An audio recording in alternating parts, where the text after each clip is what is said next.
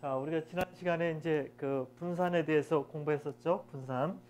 아, 요 분산에 대해서 개념을 잡으면 나중에 분산 분석도 그렇게 어렵지가 않아요.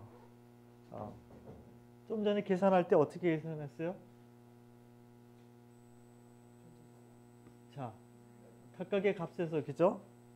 각각의 값에서 평균을 구하고 평균을 또 빼고 뺀 것을 다시 자승하고 그리고 더해서 개수로 나눠서 그게 분산이었죠. 그죠? 이게 분산이에요. 이 개념을 갖고 있으면 분산 분석도 쉽게 이해할 수가 있다.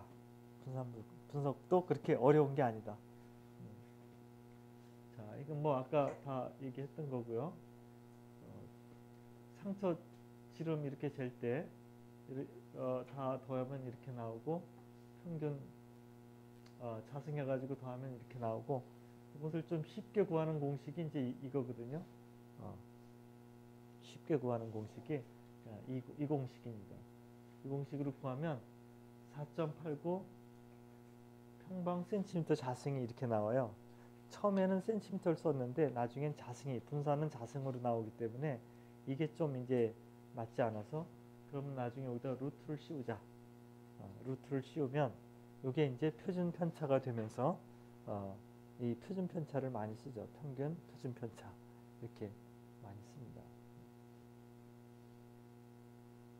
요거는 아까 했던 공식을 좀 더 쉽게 만들어 놓은 공식이에요. 각각의 값 다 더한 거에다가 합을 자승한 것 이렇게 요건 썸의 개념이죠. 썸 SUM 이렇게 요거는 n-1로 나눈 걸로 봐서는 요건 표본 분산을 구한 것이죠. 그죠? 이렇게. 예. 자, 요거는 이제 분산 분석을 좀 더 쉽게 이해할 수 있게 하려고 그림을 그린 겁니다. 분산 분석은. 아까 분산 구한 그 방법을 머리에 두시면 훨씬 이해하기가 쉬울 겁니다. 이 그림으로 봐서는 지금 뭐죠? 집단이 3개입니다. 3개. 집단 3개. 집단이 3개고 각각의 평균이 있죠. 그죠?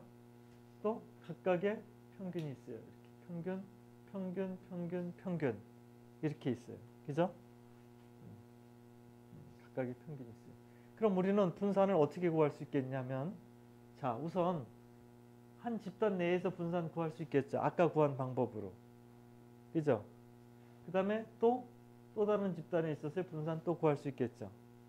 또 다른 집단에 있어서 분산 이렇게 구할 수 있겠죠. 이렇게 분산 구할 수 있어요. 근데 여기는 또 특징이 또 뭐가 있냐면 여기에 평균값, 여기에 평균값, 여기에 평균값 각 세 집단의 평균값 하나가 또 하나의 개체가 되면서 한 집단으로 볼 수 있겠죠. 이렇게. 그죠? 그렇습니다. 요거 하나하나를 개체로 볼 수가 있잖아요. 이렇게 개체. 평균값이 지금 3개죠. 평균값이 3개인 한 집단으로 볼 수가 있겠죠. 그죠? 그래서 분산 분석의 원리는 뭐냐면 요 하나 평균값으로 이루어진 그 군이 있고 그 다음에 각각의 군 내에서의 분산이 있을 수 있다 이거죠. 잘 생각해 보세요. 요거는 한 집단 내에서의 분산을 구하는 방법은 아까 우리가 배웠어요. 그죠? 그 다음에 요 집단 내에서 두 번째 집단 내에서도 분산 구하는 방법 배웠어요. 세 번째 집단 내에서도 분산 구하는 방법 배웠습니다. 그러면 요 분산 요것을 우리가 군 내의 분산이라고 이렇게 얘기를 해요. 군 내. 군 안에서의 분산이라고 그래요. 그리고 요거는 하나로 이루어진 요거는 군간 분산이라고 이렇게 얘기를 해요. 군간. 그래서 이렇게 볼 수가 있는 거죠. 만약에 이 평균 값들 간의 차이가 크다면 between group difference라고 이렇게 얘기하는데 이렇게 분산을 구하고 또 군 내의 분산을 이렇게 구해가지고 군간 분산 나누기 군내 분산해서 군간 분산 나누기 군내 분산 해가지고 군간 분산이 크면 군간 차이가 크다고 판정을 내리는 겁니다. 이해 그냥 대충 이해하셔도 돼요. 대충. 요것도 한 집단이 될 수 있다고 그랬잖아요. 이렇게. 그죠? 평균값, 세개 평균으로 이루어지는 한 집단이 될 수 있잖아요. 그죠? 세개 평균으로. 그러면 여기서도 분산을 구할 수 있겠고. 그죠? 사례가 3개인 한 집단으로 보고 거기서의 분산을 구할 수 있겠고. 또 여기서의 분산도 구할 수 있겠죠. 그죠? 각각 군 내의 분산. 그럼 요 분산 다 더하고 그 다음에 요 3개 평균값으로 이루어진 각각의 군에서 얻어진 평균값으로 이루어진 요 집단에서의 분산을 구해서 그러면 집단 간 분산 나누기 집단 내 분산을 했을 때 이 값이 크면 클수록 집단 간 차이가 크다고 얘기할 수 있겠다. 이해가 될 듯 말 듯 하지만 예, 그런 개념이에요. 잘 이해 안 돼요? 이걸 잘 생각하시면 이걸 잘 생각하시면 여기는 집단이 하나인 거였잖아요. 그죠? 집단이 하나였습니다. 그죠? 그런데 또 다른 집단이 있다고 칩시다. 그리고 또 다른 집단이 있다고 쳐요. 그러면 여기서도 평균 나오고 여기서도 평균 나올 거 아니에요. 그럼 여기 평균 3개의 평균으로 이루어진 또 다른 집단이 하나 있다고 볼 수 있겠죠. 그럼 거기서도 평균값 가지고 다시 평균값으로 이루어진 집단에서의 다시 분산을 또 구할 수 있을 거 아니에요. 그러면 우리가 이제 개념적으로 보면 집단 간 분산 나누기 집단 내 분산을 하면 집단 간 분산의 값이 크면 클수록 차이가 크다고, 분간 차이가 크다고 이렇게 할 수 있겠다 하는 그런 개념입니다. 계산은 이 방법과 똑같아요. 이 방법을 그대로 한 집단을 이용한 방법과 거의 똑같아요. 근데 이제 차이는 뭐냐면 분산 분석에서는 자유도라는 개념이 나오는 것. 자유도. degree of freedom이라는 그런 개념이 나오는 것이 좀 차이가 있습니다. 그래서 분산 분석을 하게 되면 자유도를 항상 제시를 하죠. 자유도 값을 제시를 합니다. 자, 그러면 요 개념을 이렇게 요 그림으로 개념을 우선 좀 이해를 하셨으면 여기에 분산이 있을 것이고 요 집단의 분산이 있을 것이고 요 집단의 분산이 있을 것이라 이겁니다. 그죠? 요 집단 평균을 중심으로 얼마나 퍼졌느냐, 요 집단 평균을 중심으로 얼마나 퍼졌느냐, 요 집단 평균을 중심으로 얼마나 퍼졌느냐. 요걸 우리는 군내 분산이라고 이렇게 얘기를 하고, 군내 평균값으로 이루어진 요 집단에서의 분산을 구하면 요거는 군간 분산이라고 이렇게 얘기를 할 수 있겠다. 평균값으로 이루어진 한 집단 군간 분산. 군간 분산 나누기 군내 분산을 하면 그 다음에 이 값이 크면 클수록 군들 간의 차이는 클 것이다 하고 이렇게 보는 것이 분산 분석의 원리다. 이렇게 개념적으로 보시면 되겠습니다. 힘차게 여러 차례 설명했는데 아직도 이해 안 돼요? 예. 자, 그래서 실제로 이렇게 이게 좀 복잡해 보이죠? 복잡해 보이지만 간단하게 이해할 수 있습니다. 예를 들면 데이터를 봅시다. 여기 등장성 운동 집단에 10명이 있어요. 그죠? 등속성 운동 집단에 10명이 있고 등척성 운동 집단에 10명이 있습니다. 그러면 등장성 운동에서 아까 구하듯이 여기에 평균값은 얼마 나왔냐면 평균값 얼마 나왔어요? 130.1이 나왔어요. 그죠? 그럼 130 마이너스 130.1 그 다음에 그것을 또 자승했어요. 이렇게 마찬가지죠. 여기서 이 집단에서의 평균은 135.5가 나왔어요. 그러면은 135 마이너스 135.5 그리고 자승했어요. 여기도 마찬가지입니다. 여기도 10개에서 평균을 했더니 134.5가 나왔고 그러면 131 마이너스 134.5 가지고 자승을 했어요.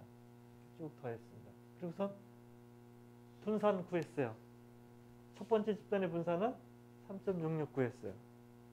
이 분산 구하는 건 쉬웠죠, 그죠? 그 다음에 여기도 분산 구했습니다, 그죠? 또 분산 구했어요, 이렇게. 그리고 전체 평균은 얼마인가 봤더니 133.37이 나왔어요. 이렇게. 그래서 아까 무슨 개념을 얘기를 했어요? 여기서의 평균, 그러니까 하나, 이 평균으로 이루어진 또 하나의 집단이 있다고 생각할 수 있다고 그랬죠. 그러면 얘들끼리도 다시 분산을 구할 수 있다고 그랬죠.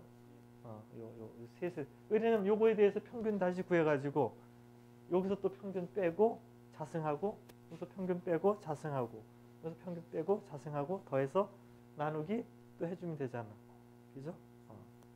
그렇게 했습니다. 그래서 그 과정을 이렇게 거치는 거예요. 그래서 sum of square between이라고 그래가지고 이렇게 구하죠.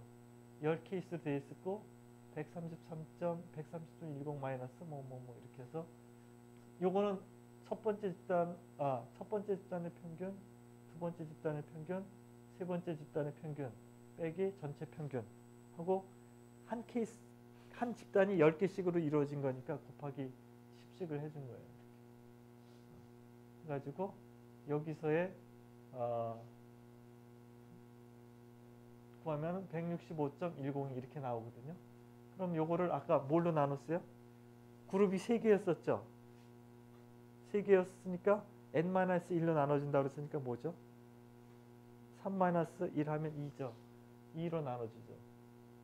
그래서 이렇게 mean square between이 이렇게 나왔습니다. 82.5라는 게 나왔어요. 그 다음에 이제 군내를 봐야 되죠. 군내. 군내는 130.0 나누기 요 군의 평균 자승 더하기 쭉쭉쭉 이렇게 갔어요. 이해되세요? 갑니다. 이렇게. 그래서 맨 마지막에 134 마이너스 134.50 보시면 134 맨 마지막 케이스가 134 있잖아요. 134.5 빼기 134.5 이렇게 자승하고 이런 과정을 거쳤죠. 그래서 다 더하고 그 다음에 여기서 이제 자유도를 이렇게 구해요. 3-1은 아니 여기 10명이었었거든요. 각 군함에 10명. 10명 빼기 1하면 9하고 그룹이 셋 나왔습니다. 그래서 27. 그래서 요거 다 구한 것을 분산 구한 것을 27로 나눠줘요. 3.85가 됩니다. 그러면은 요게 이제 군내 분산이 되고 아까 계산했던 요것이 군간 분산이 되는 거거든요. 그래서 군간 분산 나누기 군내 분산 이렇게 했더니 21.44가 나왔어요. 이 값이 크면 클수록 군간 차이가 크구나. 군간 평균 차이가 크구나. 이런 결론을 내리게 되는 겁니다. 이게 분산 분석이에요. 알듯 말듯한 분산 분석이죠. 아노바. 근데 요거를 산수 삼아서 쭉 과정을 해보면 결국은 기초가 되는 건 이겁니다. 기초가 되는 건 이거였었어요. 여기서 확장된 거예요. 이렇게.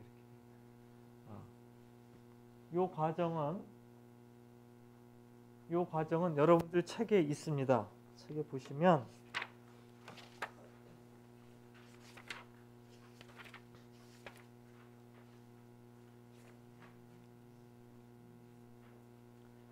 여러분들 책에 237페이지에 보시면 분산 분석을 이렇게 수작업으로 손으로 계산하는 과정이 여기 이렇게 있습니다. 근데 과정은 이렇지만 이제는 여러분들이 이제 SPSS 통계 분석을 이렇게 쓴다든지 이러면 이 과정을 그냥 다 뛰어넘을 수 있어요. 원리는 이런 식으로 계산된다 하는 걸 보여주는 겁니다.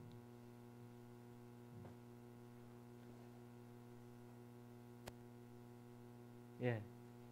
자, 그래서 분산 분석에 대한 개념은 이렇게 잡아봤습니다. 그죠? 분산은 이렇게 계산하고 분산을 이용해서 분산 분석을 이렇게 할 수 있다. 개념적인 겁니다. 이걸 잘 보시면 가장 기본은 이걸 이해하고 있으면 돼요. 이거. 분산을 계산하는 가장 간단한 방법, 이걸 이해하고 있으면 이 계산도 쉽다. 이 계산도 이렇게 쉬운 과정이다. 이렇게 보실 수 있습니다. 개념적으로 보면 각각 집단 내 분산을 다 구해가지고 더하고, 그 다음에 각각 집단의 평균으로 이루어진 한 집단이라고 생각하고 거기서 다시 분산을 구하고 나눠서 군간 분산 나누기 군내 분산 이렇게 해주면 군간 분산의 값이 크면 클수록 군간 차이가 크구나 하고 이렇게 결론을 내린다. 이렇게 보시면 됩니다.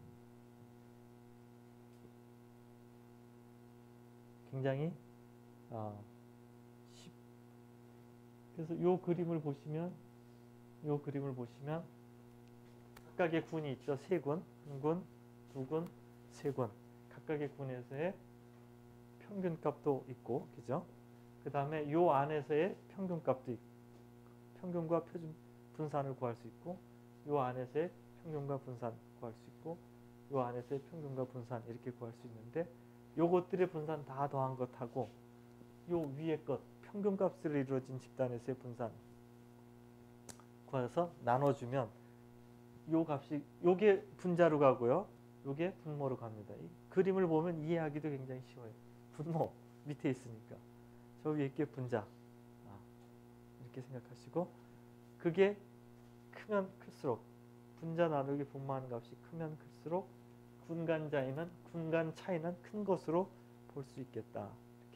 이렇게 개념적으로 그렇게 이해하시면 됩니다. 그래서 분산은 분산 분석할 때 쓴다. 분산은 분산 분석할 때 쓸 뿐이고, 기술 통계량을 나타내는 방법으로서는 분산은 안 쓰고 분산 대신 분산에다가 루트를 씌운 표준 편차를 쓴다. 그래서 기술 통계량 나타낼 때 보면 평균 표준 편차 이렇게 얘기를 하지 평균 분산 이렇게 얘기하지는 않거든요. 분산을 구하는 표준 편차를 구하는 방법은 분산 구한 거에다가 루트를 씌워라. 이게 표준 편차다. 이렇게. 그러니까 분산 아셨으면 표준 편차도 쉽게 알 수 있는 거예요. 왜? 분산 아까 구한 것에다가 루트 씌워주면은 표준 편차 되니까. 그렇죠? 이제 머릿속으로 분산 구하는 방법 어떻게 돼요? 케이스 5개 있었죠? 5개의 평균 구했죠? 평균 뺐죠? 각각의 값에서 평균을 빼가지고 자승을 했죠? 자승을 해서 다 더해가지고 사례수로 나눴죠? 나누는데 표본인 경우는 n-1로 나눠가지고 그렇게 하면 그게 분산이 구해졌고, 거기다가 다시 루트를 씌우면 표준 편차를 구한 거죠. 표준 편차까지 설명이 된 거예요. 자, 표준 편차는 분산의 제곱근으로부터 구할 수 있다. 분산에다가 루트를 씌운 것이 표준 편차다. 이렇게 얘기를 했습니다. 그죠? 요거는 장점이 원자료와 동일한 측정 단위를 사용한다. 얘기되죠? 아까 분산은 제곱이 면적이 나와버렸죠. 길이였었는데 면적이 나와버렸죠. 원자료와 동일한 측정 단위를 사용하면서 산포성을 나타낼 수 있는 지수이기 때문에 스탠다드 디비에이션이다. 표준 편차가 크다. 그거는 자료의 평균을 중심으로 자료가 많이 퍼져 있다는 뜻이고, 표준 편차가 작다. 그것은 대표값을 중심으로 평균을 중심으로 자료들이 밀집되어 있다. 이렇게 요게 표준 편차의 개념입니다.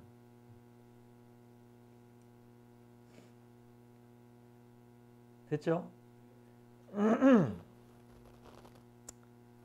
요 개념을 잘 알고 있으면 이제 또 쉬운 게 또 있어요. 자료 디스크립티브 스태티스틱에서는 평균, 표준 편차 뭐 이렇게 얘기할 때 표준 편차는 이래서 나왔구나. 이 개념을 알게 된 거고, 그런데 조금 헷갈리는 부분인데 스탠다드 에러라는 표현이 나오는 경우가 있어요. 그거는 스탠다드 디비에이션은 표준 편차라고 우리가 얘기를 하고 스탠다드 에러는 표준 오차라고 부릅니다. 오차. 표준 편차하고 표준 오차하고의 개념의 차이가 있어요. 표준 편차하고 표준 오차는 개념상의 차이가 있다. 그래서 표준 오차는 쓰이는 용도가 다르다. 기술 통계학이나 이런 데서는 우리가 표준 편차를 쓰지만 표준 오차는 다른 용도로 씁니다. 다른 용도가 뭐냐면 모평균을 추정하려는 용도로 모평균의 정밀성, 우리가 추정하려는 모평균의 정밀성을 나타내 줄 때 이 표준 오차라는 개념을 써요. 그래서 표준 편차와 표준 오차는 용도도 다르고 개념도 다르다. 스탠다드 에러하고는 다르다. 또는 표본 평균의 표준 편차를 나타내는 것으로서 표본 평균의 표준 편차를 나타내는 것으로서 추정된 모평균의 정밀성을 나타낸다. 모평균의 정밀성을 나타낼 때도 95% 신뢰 구간으로 이해하는 것이 더 좋겠다. 뭐 이렇게 얘기하는데요. 우선 표준 편차하고 표준 오차하고는 다르다 하는 걸 우선 머릿속에 넣고 어떻게 다르냐? 어떻게 다르냐? 그림을 한번 볼까요? 표준 편차하고 표준 오차는 다른데 표준 편차는 평균을 중심으로 자료가 퍼진 정도를 나타내 주는 것이고 분산에다가 루트를 씌운 것이고 관측값이 얼마나 퍼져 있는지를 나타내 주는 것이다. 이미 이 표준 편차에 대한 개념은 여러분들이 알고 있죠? 예, 알고 있는 겁니다. 최면을 걸어야지. 알고 있는 겁니다. 표준 편차는 뭔지 여러분들 알고 있어요.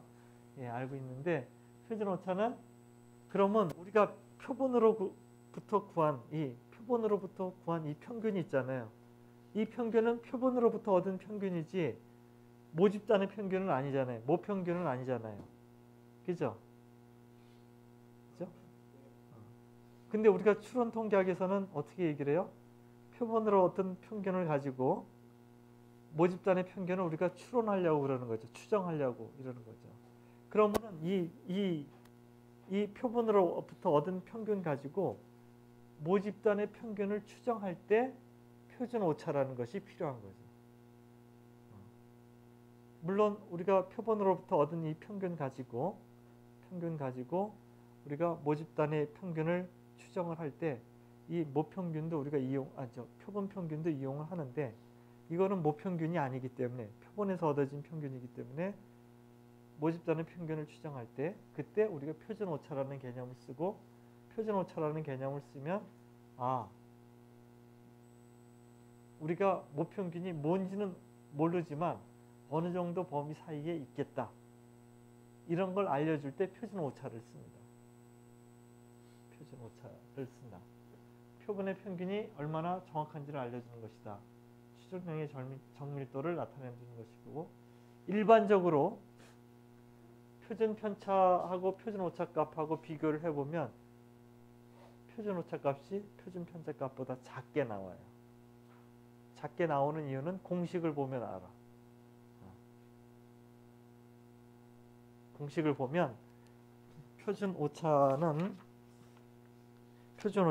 여러분들 책에 186페이지 보이죠? 표준 오차는 루트 n분의 시그마로 이렇게 표시를 해요. 그러니까 루트 n분의 시그마로 나누기 때문에 표준 오차는 이 공식을 보면 사이즈가 n의 크기가 크면 클수록 표준 오차는 작아지죠. 작아진다는 것은 모평균이 있을 범위를 더 좁혀준다는 뜻이에요. 모평균이 있을 범위를 더 좁혀준다는 뜻이고 그 얘기는 뭐냐면 표본의 사이즈가 크면 클수록 우리가 추정하는 추정량이 정확해진다. 그래서 우리는 가능하면 사례수를 크게 하라 하고 이렇게 얘기를 하는 거예요. 이렇게. 자, 요 개념을 이렇게 보시고요. 표준 오차의 개념은 다시 한번 제가 설명을 드릴 수가 있는데 드리겠습니다. 예, 이 개념으로 이 개념으로 표준 오차의 개념을 설명해 드리겠습니다. 자, 여러분들의 빠른 눈으로 이 대상자가 전체 몇 명인가 한번 쳐보세요.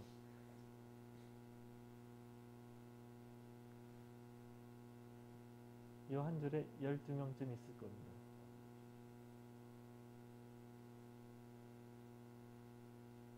12명 있죠? 몇 명? 12명짜리가 몇 개? 4개. 그러면 몇 개죠? 48명. 여기 8명짜리가 몇 개? 2개, 16.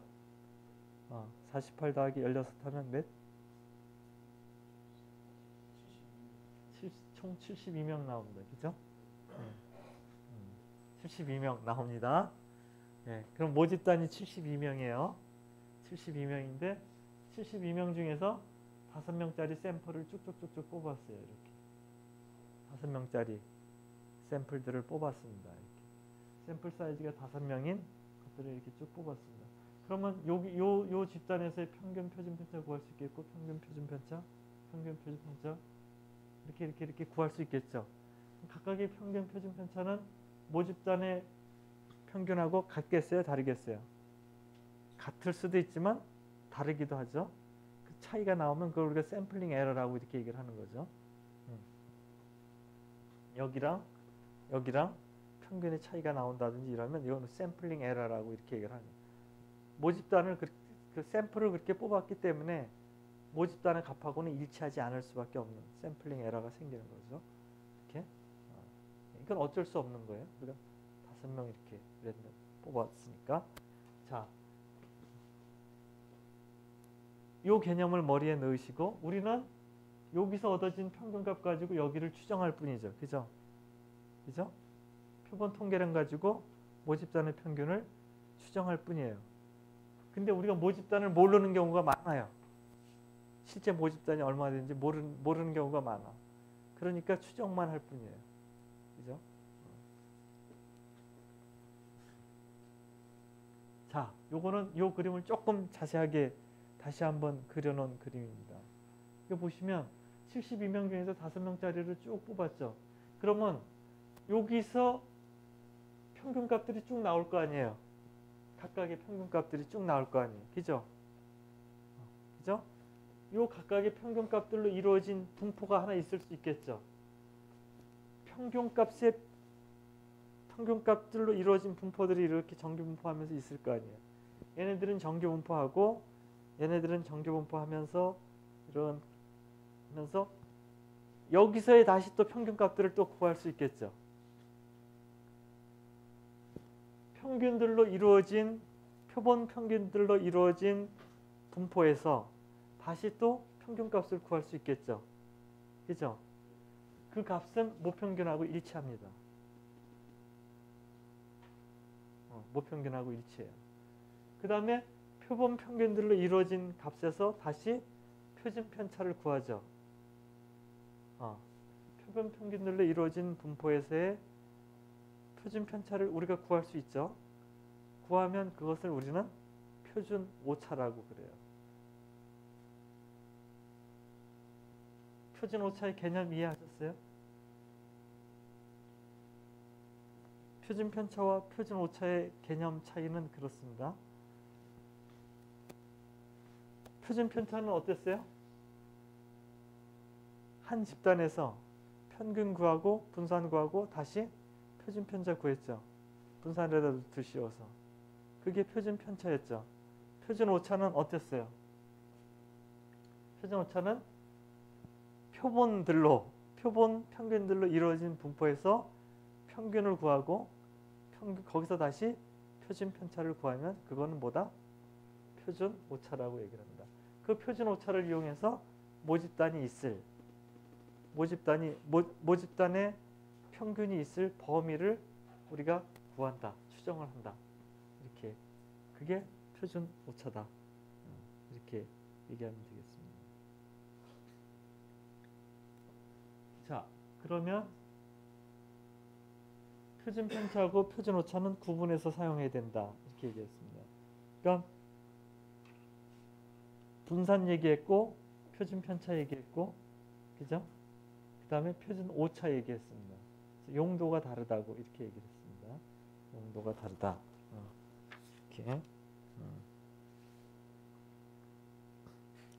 그래서 우리는 근데 실제로 보면은 우리는 어떻게 해요? 실제로 보면 표본으로 이루어진 집단을 우리가 다 확보할 수가 없잖아요. 또 그러니까 한 표본에서 얻어진 평균과 표준 편차, 사례수 이것들을 이용해서 표준 오차를 구합니다.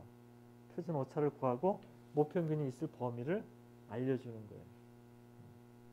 이렇게 알려주는 겁니다. 그래서 표준 오차는 다른 표현으로 좀 어렵게 표현을 하면 우리가 추정량의 정밀도를 나타내 주는 것이 표준 오차다. 이렇게 얘기를 하는 겁니다. 정밀도. 표준 오차는 적으면 적을수록 좋다. 이렇게. 표준 오차를 적게 하려면 어떻게 해야 되느냐? 그러려면 사례수를 늘려야 된다. 하고 이렇게 얘기를 하는 거죠. 자, 그래서 모집단, 표본 이런 얘기 했고 표본 통계량 얘기했습니다. 그 다음에 이것도 지난 시간에 얘기했던 부분들입니다. 자, 이게 모집단이 있었고 표본들이 있었고 표본. 그 다음에 각 표본의 평균들이 이렇게 있었고요. 그죠? 평균과 표준 편차, 평균과 표준 편차, 평균과 표준 편차 이렇게 있었지만 평균들로 이루어진 집단에서 다시 한번 표준 편차를 구하면 그게 표준 오차가 되는 것이다. 근데 표준 오차를 우리는 표본 하나 구해가지고 여기서 추정을 할 것이다. 표준 오차를 구합니다. 그리고 이것이 적으면 적을수록 모평균이 있을 범위를 축소시켜주는 것이니까 그러려면 사이즈를 늘려라. 이렇게 얘기를 했습니다. 샘플링 에러 같은 경우는 조사 대상자가 모집단 전체가 아니기 때문에 초래되는 오차다.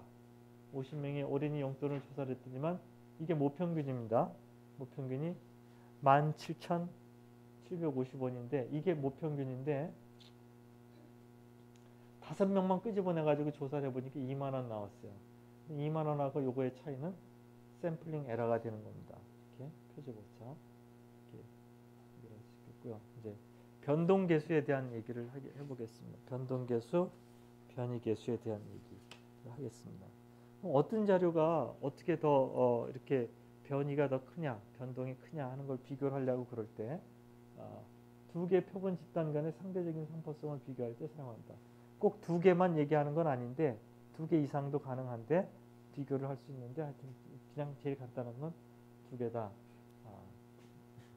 여기서 S는 표본에서의 표준 편차입니다. 표본에서의 표준 편차고 X바는 표본에서의 평균입니다. 그래서 표준 편차, 표본의 표준 편차 나누기 평균 곱하기 100한 것이 CV 변동계수가 되는 겁니다. 이렇게 넙다리 네갈래근 뭐뭐뭐를 넙다리 네갈래근이라고 이렇게 얘기를 하죠.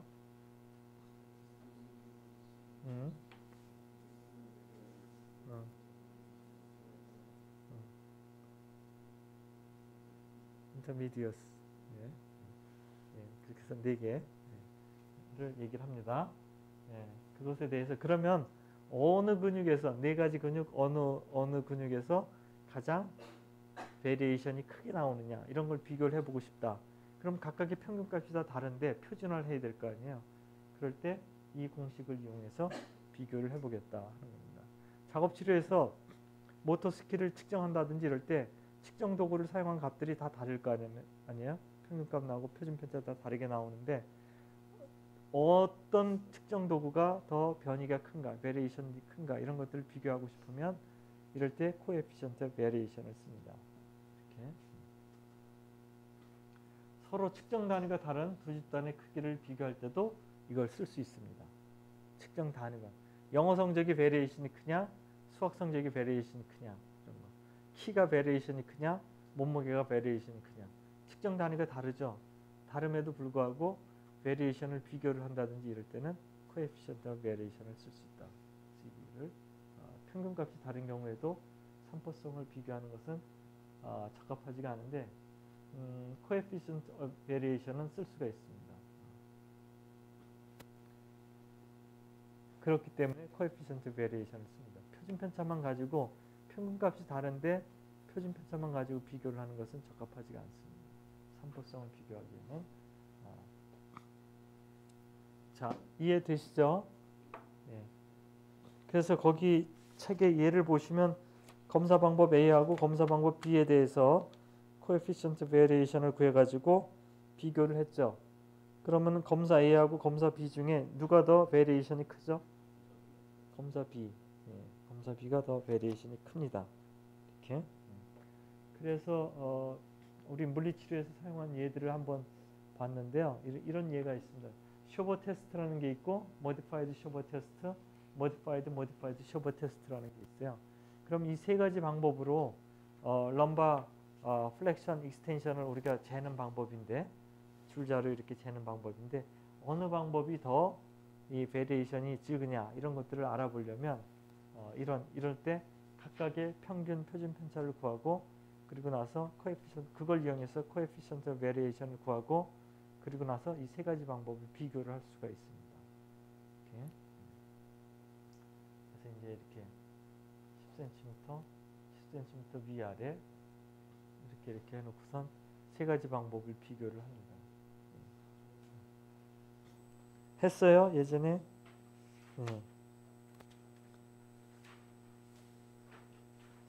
자, SPSS를 이용한 기술 통계 방법, 통계 패키지를 이용했을 때 한번 보겠습니다. 어떻게 되는지. 여태까지 이제 기술 통계에 대한 얘기들을 우리가 쭉 공부를 했는데, 기술 통계 방법 어떤지 한번 보겠습니다. 자, 다음의 자료는 고관절 각도를 각 70도와 80도로 하였을 때 대퇴직근에 생기는 활동 전이에 대한 가상적인 자료다. 여기를 70도, 또 하나는 80도로 했을 때 그렇게 해놓고서 이 각도를 한번 본 겁니다. 맞죠? 그 EMG 신호량을 우리가 비교를 한 거예요. 한 번은 70도로 놓고 한 번은 80도로 놓고 어떤 때 더 힘들이 잘 나오나 하는 걸 본 자료입니다. 집단 1은 고관절이 70도 굴곡되었을 때, 집단 2는 고관절 80도로 굴곡되었을 때 대퇴직근의 활동 전이에 대해서 기술 통계량 (descriptive statistics)를 알아본 것입니다. 자, 그러면 그룹 1이 있고 그룹 2가 있죠. 그죠? 그룹 1, 그룹 2. 여기는 70도로 됐을 때, 80도로 됐을 때 대퇴직근의 활동 전이를 비교를 한 것이다. 이렇게 볼 수 있겠습니다. 자, 이렇게 데이터를 입력시켜 놓고 여기서 Statistics, Summarize, Descriptives 이쪽으로 가시면, 그래서 그룹은 빼고 false 이렇게 해서 변수를 이쪽으로 옮겨놓고, 그 다음에 mean 구해달라고 그랬죠. 합계 구해달라고 그랬죠. Standard Deviation 표준 편차, 미니멈 값, 최소값, 최대값, variance 뭐였죠? 분산이었습니다. 분산 구해달라고 그랬습니다. range 구해달라고 그랬고, standard error of mean, 평균값의 standard error of mean은 뭔가, 표준 오차는 뭔가를 구해달라고 그랬습니다. 그 다음에 curtosis 배웠죠? 그 다음에 skewedness 배웠죠? 이거는 뭐였죠? 외도고, 요거는 이게 천도죠. 이게 외도죠. 이렇게 구해달라고 이렇게 얘기했습니다. 이런 걸 우리가 체크하면 구해줍니다. 그래서 continue를 누르면, 계속 단추를 누르면 금방 이렇게 값들이 나옵니다. 값들이 나왔을 때 여러분들이 이제 볼 줄 알면 되는 거예요. 자, 사례 수는 몇 명 했다고요? 16명 했습니다. 그 다음에 힘은 EMG 시그널 값이었었죠. 레인지는 32, 최대값에서 최소값 뺀 것이었죠. 그 다음에 썸은 총 합계, 평균 45.6250, 스탠다드 데비에이션 9.0618 이렇게 나왔고, 베리언스는 82.117. 베리언스가 어떻게 구했는지는 아까 기억나시죠? 개체값 빼기 평균, 그 다음에 자승, 그렇게 해서 다 더해가지고 사례수로 나누거나 사례수 마이너스 1 이렇게 한 것입니다. 이렇게 구해졌어요. 여기 디스크립티브 스태티스틱스에 보면 16케이스고 미니멈 값이 30에서 맥시멈 값이 62. 30에서 60, 아니 62에서 30 빼면 얼마 나와요? 32. 여기 나왔죠? 범위값. 민값 나왔죠? 민값의 스탠다드 에러는 2.2655 이렇게 나왔습니다. 스탠다드 에러 나왔다는 건 뭐였죠? 요걸로 이용해서 뭘 추정할 수 있어요? 모평균의 값을 추정할 수가 있다고 이렇게 얘기를 했죠. 이 값이 나왔습니다. 평균의 표준 오차 값이 나왔습니다. 이렇게 나오고 스큐드니스 마이너스 0.07이 나왔으니까 마이너스 나왔으면 뭐예요? 그림을 상상해 보시면 이 자료는 0에 가깝긴 한데 0에 가깝긴 한데 마이너스 쪽이면 꼬리가 왼쪽에 있죠. 왼쪽에 있으면서 이렇게 돼 있는 분포겠다. 그리고 컬터시스는 보니까 어때요? 마이너스 0.668인데 어떻게 했어요? 그러면은 뾰족해요? 아니면 완만해요? 완만한 0보다 작으니까 좀 완만한 분포겠구나. 이렇게 짐작할 수 있겠죠? 자, 이렇게 데이터를 우리가 봤습니다.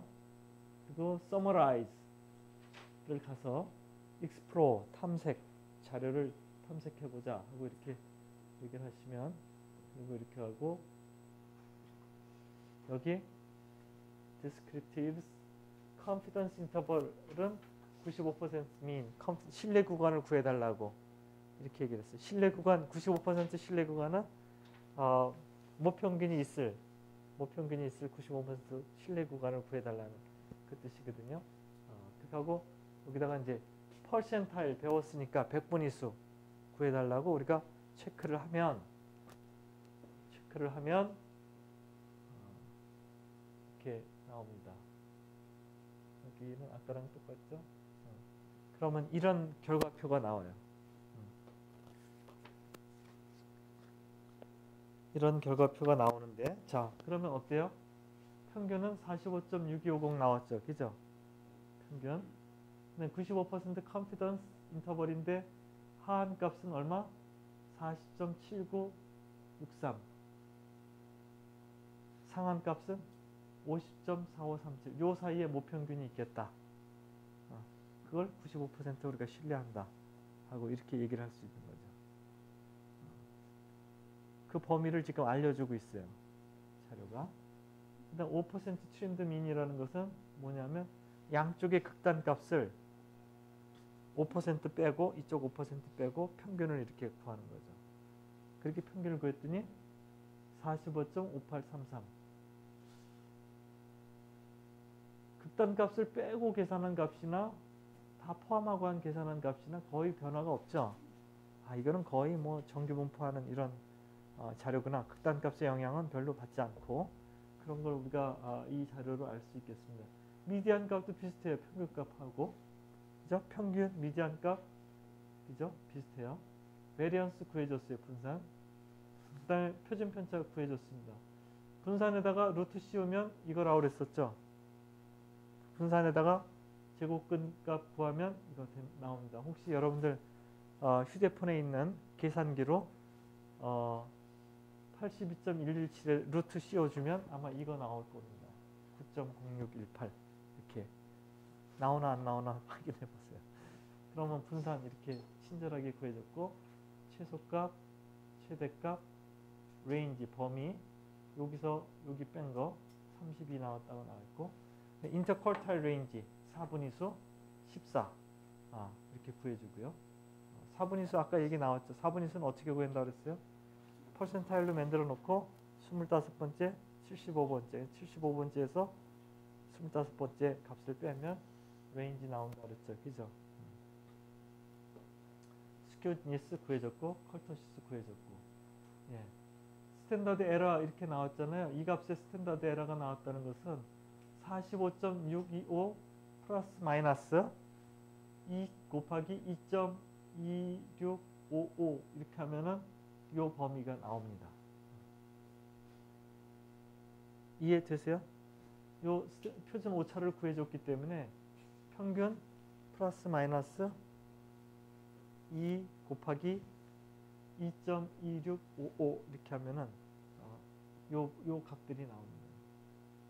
95% 신뢰할 수 있는 요 값들이 상한값, 하한값이 나와요. 플러스 마이너스. 요 값들을 이렇게 제시를 해준 것이고 퍼센타일 25번째 그 다음에 75번째 54 빼기 40 하면 14쯤 되겠죠? 여기 이렇게 나오죠.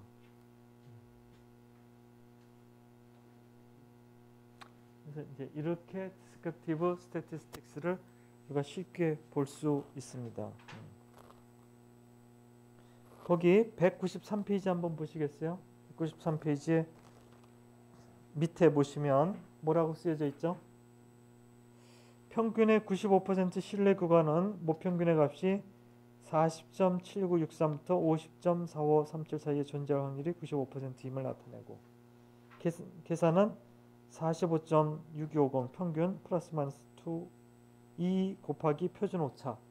표준 오차가 뭐였었어요? 거기 2.26546 그렇게 하면 계산이 구해지고 절삭 평균은 5% 트렌드 민 하위값 5% 제거하고 상위 5% 제거한 상태에서 구한 것이 트렌드 민이다 하고 이렇게 나왔습니다. 잘 계산되죠? 예, 이렇게 하고 다시 또 보시면 히스토그램 이렇게 그려주고요. 여기 그려달라고 그랬으니까 스탠다드 디비에이션 9.06 민 사례수 16 이렇게 나와 있습니다. 이렇게 하고 이제 상자도표라고 나옵니다. 상자. 요거를 박스 플롯이라고 부르기도 하고 박스 앤 위스커. 위스커가 여기 코수염이잖아요. 코수염이라는 표현으로 이렇게 하기도 합니다. 박스 앤 위스커 플롯 이렇게 얘기합니다. 박스 플롯. 그래서 이걸 이용하면 요게 이제 아까 옵션 주면서 이걸 구해달라고 그런 거거든요. 박스앤 탐색적 자료 분석 여기 익스플로어 가시면 박스앤 플롯 그려달라는 그 옵션이 있습니다. 그래서 그걸 이용하면 이런 그림이 그려져요. 그래서 이 그림을 여러분들이 볼 줄 알아야 되겠죠. 자, 요 값은 뭐가 될까요? 요거 네, 미디언 값입니다. 중위수 값입니다. 여기는 2, 4분위수 여기는 3, 4분위수 여기는 2, 4분위수가 되고 여기는 뭐가 돼요? 최소값 여기는 최대값이 됩니다. 이렇게 보시면 돼요.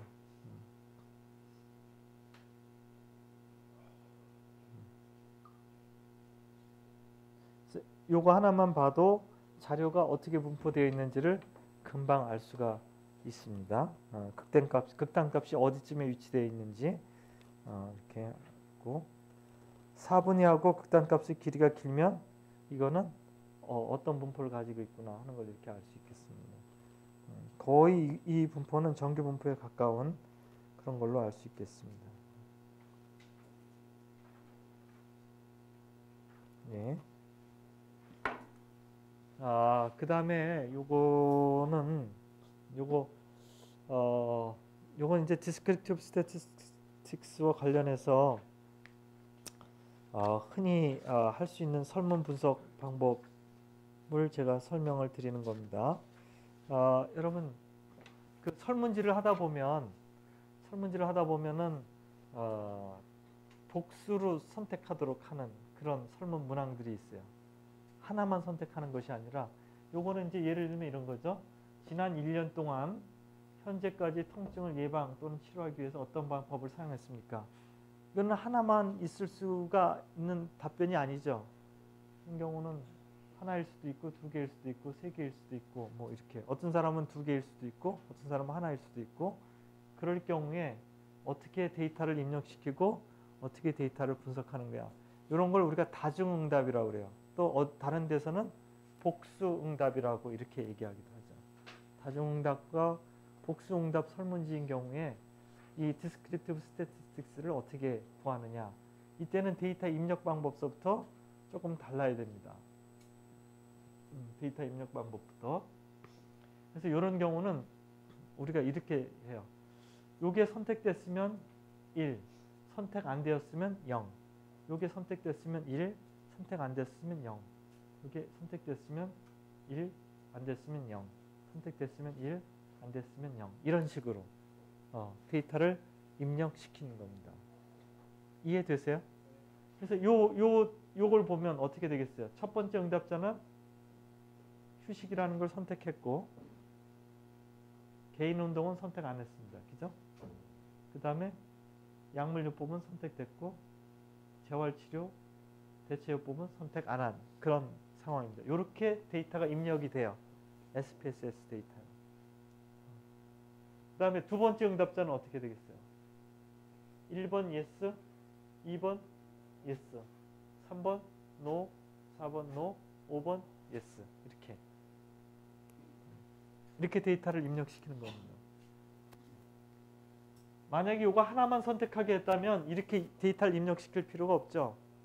그냥 여기서 3번 선택했다. 3번 딱 이렇게 3만 하나 써주면 되는 건데 지금 그럴 수가 없잖아. 여러 개를 선택했으니까. 그죠? 복수응답인 경우 이렇게 되는 겁니다. 이렇게 데이터를 입력을 시켜야 여러분들이 분석을 할 수가 있다. 이걸 알려드리는 거고요. 자, 요거는 뭐냐면 근골격계 질환, 여러분들이 그 물리치료사로 임상이 오래 있으면 이제 근골격계 질환들을 갖게 되는 경우들이 있는데 여기에 이제 예를 들면 목에 통증이 첫 번째 케이스는 여기는 지금 20케이스까지 제시가 되어 있고 첫 번째 케이스는 목에 통증이 있고 어깨에도 통증이 있고 등 여기는 없는데 손목에 통증이 있고 손가락에 통증이 있고 허리에 통증이 있고 여기는 통증이 없습니다. 그런데 두 번째 케이스는 어때요? 손목, 손가락, 허리에 통증이 있고 무릎에 통증이 있네요. 이렇게 집어넣습니다. 이렇게. 세 번째 케이스는 어때요? 목에 통증이 있고, 네 번째 케이스는 목에 통증, 어깨 통증 이렇게 있습니다. 다중응답을 이렇게 이제 데이터를 입력을 시켜놓은 것이다.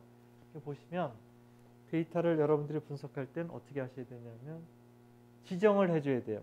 원래 이렇게 다중응답한 데이터다. 다중응답한 데이터다. 이렇게 해서 분석에 가셔서 쭉 가시면 다중응답이라고 이렇게 나오고요. 다중응답인 경우에 이게 변수군 정의는 어떻게 할 것이냐 이렇게 씁니다. 변수군 정의를 클릭하면 여기 이쪽에 나와 있는 걸 쭉 이쪽으로 보내고요. 클릭해서 맨 처음에 이쪽에 변수들이 뜰 텐데 이쪽에 있는 것을 이쪽으로 다 이동을 시키고 이분형으로 되어 있다. 예, 아니요로 되어 있다. 체크를 해주고 그 다음에 빈도와 값 yes면 1로 표시를 하고 여기는 통증 부위고 설명을 내가 이제 써는 거죠. 이렇게 설명을 써주면 아웃풋에 이 설명이 쭉 나와 있기 때문에 이해하기가 좋아요. 그래서 통증을 느끼는 부위를 모두 표시하도록 했다. 하고 변수명은 통증 부위인데 이렇게 우리가 해주고 추가 이렇게 하고 해주면 여기서 다시 이쪽으로 가십니다. 분석에 가서 변수군 정의 말고 이번에는 다중응답으로 가서 빈도 분석을 클릭해요. 빈도를 클릭해 달라. 이렇게 빈도를 구하고 싶다. 이렇게 얘기를 하면 요 다중응답 변수 요 새로운 변수명이 뜨거든요. 달러 표시가 있으면서 새롭게 이게 뜹니다. 그러면 이쪽으로 이렇게 보내고